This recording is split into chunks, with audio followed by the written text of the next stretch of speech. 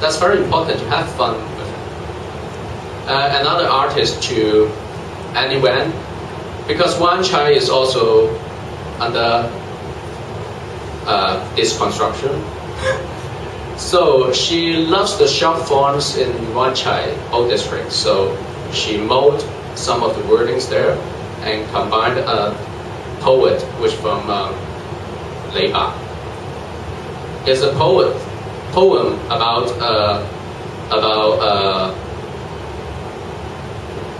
how to say in English, about remembering the past in a sad mood, saying that nowadays we see the moon, and then the moon see our ancestors, something like that. I don't know how to precisely translate it. I'm sorry. And we have more street actions from the artists, like this one. And also Wufa Tan. Wufa Tan, I'm one of the members of the Wufa Tan. We're trying to deal with the relationship between the neighborhood and this space, Wufa Tan. Wufa Tan is a space, art space in Shanghai Street. And we try to directly put the relationship as the subject issue to play with artistically and have fun with it. And many of the neighborhood really enjoy to play with us. So, and actually many art group having fun with it. Banksy, right? A coincidence. I have a 1 minute video, but I have no time.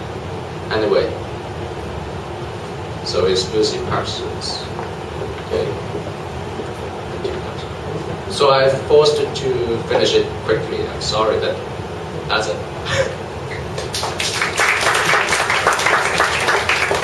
I feel really rude having to interrupt. As a moderator, I've barely managed time today. There's some comments, there's some discussion back from the floor that we want to pick up. We've lost some audience. Exactly, we lost the coffee, but it's because it's almost lunchtime. And we're almost at the end of our day today, our morning. So I just wanted to see if there's people that want to bring up some discussion. Yeah, I really like Hong Kong. And I think this is very depressive, what has been presented here. It's very safe, and gave the example of New York. A short while ago, not many years ago, you could not venture into Central Park. Now you can. Now you can jog even at night time. Why is that? Because it's controlled. I don't want everything to be controlled, but some control is healthy. So sorry. If you know American cities, there's no life whatsoever inside in downtown, because in other cities, in other towns neither, because it's all geared towards the car. There are no pathways. Here nobody mentioned the wonderful environment. Why not get out and enjoy the woods and the countryside? And that is, we really enjoy that, and the scenery and the beaches and the bays and the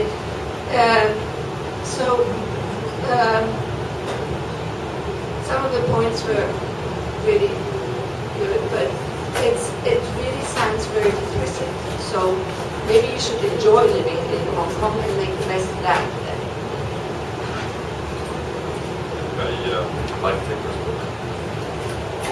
Well, first of all, let's not make this, into a testimonial meeting, speaking to the converted.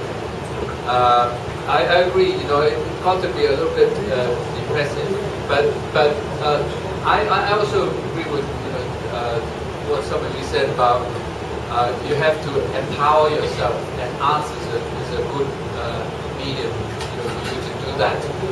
And I would like to quote Joseph Beuys that everyone can be an artist. So it's not something which is privileged to people with artistic skill to do that.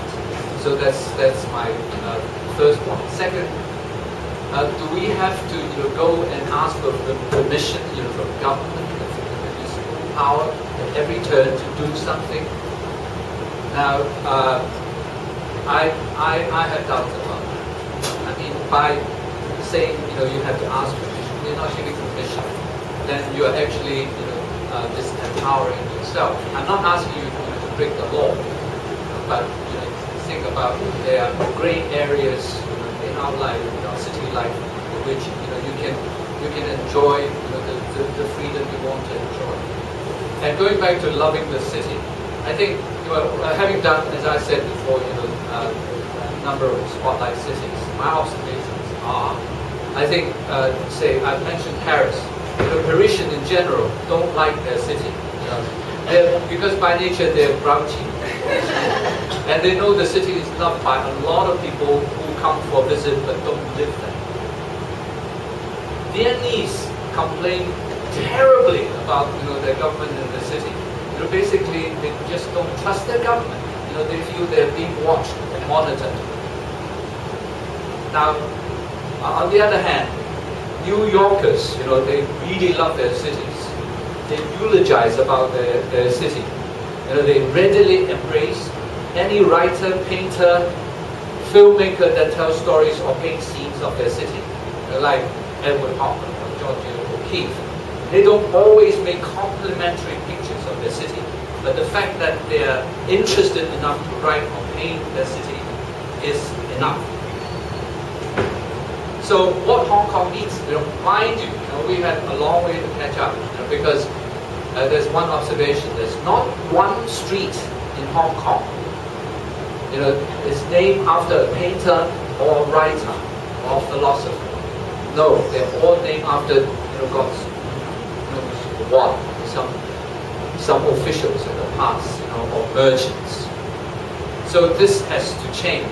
I think Hong Kong has to first eulogize, the artists, who in turn will eulogize their city. Right. So another point I like to make is, the democratic process. We are always wrong. And I don't know, whether any country who has elected government actually enjoy poll more than 50% of the votes of opinion polling. I think any government that enjoys something like 30 or 40% is the norm.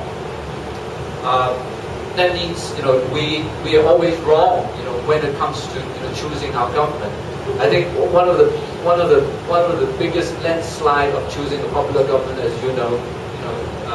was when Germany voted in Hitler. And how wrong could they be? But the fact that we are wrong all the time is human nature. I think the democratic process is not going to cure all wrongs, as we all know. But we want the right to be wrong.